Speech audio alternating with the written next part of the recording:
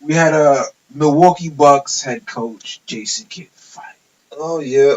The former New Jersey Nets legend, one of the best point guards ever to do it, was fired I by the heard it Bucks. was rumored that he's lack of a better term, he's an asshole. I heard it. This is not the first time I've heard this about it. But yeah, I heard it We with heard it in New Jersey. New also. Jersey when he was pretty much looking at Milwaukee while he was the Yes, and he also suggested that they fired a GM Billy King and allow him to take over the thing. Yes. Otherwise, he threatened to leave, go to the Bucks, go to another team, and then he did. And he suggested the Bucks could be one of those teams, and it happened to be. So it means that he was in talks, and well as one of his close friends was one of the Bucks general. Correct, one of the part-time owners. Part-time owners. There you go. So minority owners is better. And then now with this situation, I heard that he was in talks that he wants to go to Phoenix. Correct. And now that this team and I think lacks discipline, that's a phenomenal option. Well, I'm not sure at this point because now I'm just questioning Jason Kidd as a person because he seems to keep he's alienating some people. Yeah, he's down. Here's the thing is the same. I'm not sure. Bill Belichick had that same problem. Okay. Isaiah Thomas, another fiery point guard, has had that same problem. Where it's like they might not get along with everybody. Larry Brown, a well-noted coach, has had that problem in some of his stops. He's had well over 12 different stops also. Mm-hmm. So with Jason Kidd, what the story was also they had a bad relationship with Jabari Parker. He wanted Jabari to come back a lot sooner, and Jabari didn't think it was ready. Jabari being the starter, they drafted second in the draft to Andrew Wiggins years ago, is a big part of the Bucks' future. He was more of the star than even Giannis Antetokounmpo. They put more resources into Parker than they have Giannis Antetokounmpo. So the fact that he was having a poor relationship with Jason Kidd, the head coach, with Jason Kidd saying he should come back already, or with Jason Kidd saying he should do this to his game, and then the Parker camp saying he's not ready, that became why I think it has a lot to do with why. Because Jason Kidd was fired on a Monday. Jabari Parker made his return that Friday. Yeah, that was very interesting. So that was very interesting. I was like, you know what, you're not a coach in the They were saying that Jabari been on the route to coming back since December, and then all of a sudden Jason gets fired. And it's been rumored before this, even last summer, with Jason Kidd pushing Jabari beyond Jabari's camp feeling comfortable with. And then the whole Jason Kidd wanted to be the GM and the coach. They hired a GM to take away those responsibilities from Jason Kidd last summer. That could have been the writing on the wall. That GM had a whole different vision than Jason Kidd. And then when things started to go awry, when Antetokounmpo got hurt, they lost a few games, Jason Kidd got fired.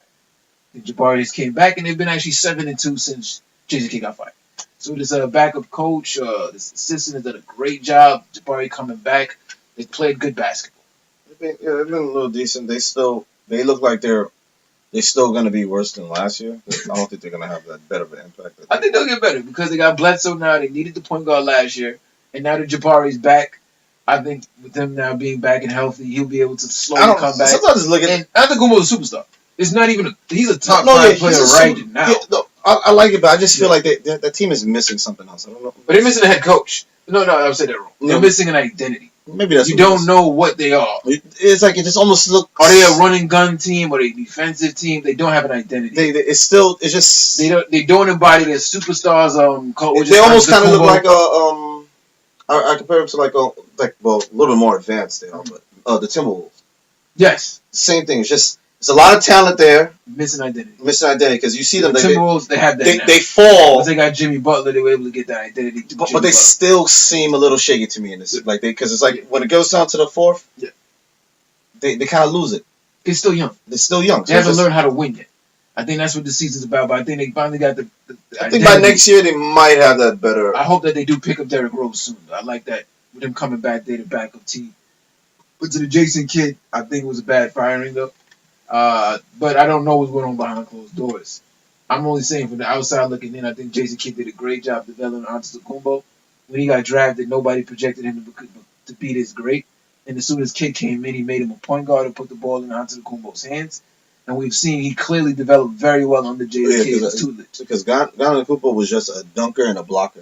Yeah, so he was an athletic wing player when he came into the league. Jason Kidd put the ball in his hand and allowed him to become more of a point guard. But then he realized, like, whoa, he actually can handle the ball. Then he started looking at his old tapes and said, like, oh, he actually can handle the ball. He was a good shooter. Like, he played a lot the way Scottie Pippen did, which is like, I'm not really a point guard, but I can bring the ball up. Yeah. I'm better off with the ball in my hands, but I'm not really a point guard. Yeah, I don't want that. So Jason Kidd was able to allow Antetokounmpo to play that way, And he developed into what now is a top 5 two-way player in the NBA.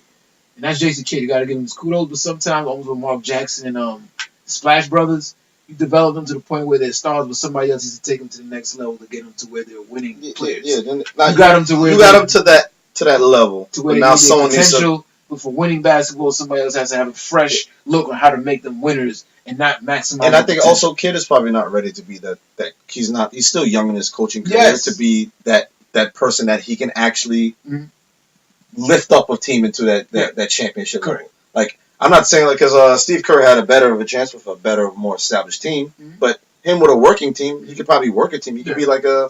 That's why I feel like you're right when you say I think Phoenix Suns.